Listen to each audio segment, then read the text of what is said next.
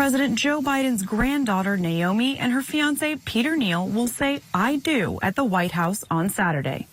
Naomi is Hunter Biden's daughter, and she and Neal are both lawyers. The wedding will be the first to take place on the South Lawn, but the 19th wedding hosted at the White House.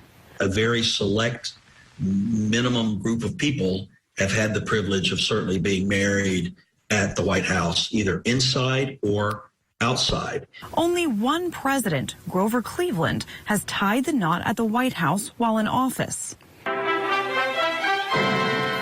of the 18 White House weddings were for a president's daughter.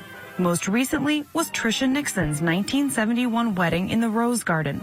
Her father, President Richard Nixon, walked her down the South Portico steps as roughly 400 guests looked on.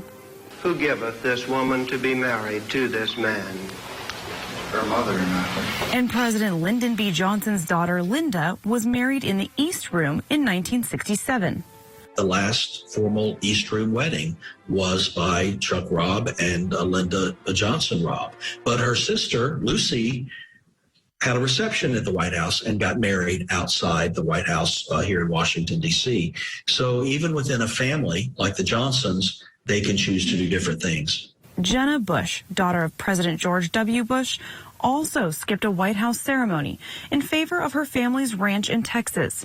The Bushes later held a reception at the White House. I think it's important to always remember that our first families are families, and their privacy should be respected, their wishes should be respected. Nieces, grandnieces, a son, and First Lady's siblings have also had White House weddings.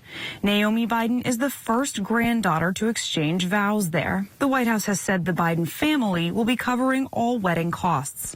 The last person to say "I do" at 1600 Pennsylvania Avenue was President Barack Obama's chief White House photographer, Pete Souza. He married Patty Least in the Rose Garden in 2013. Kellen Howell, Newsy, Washington.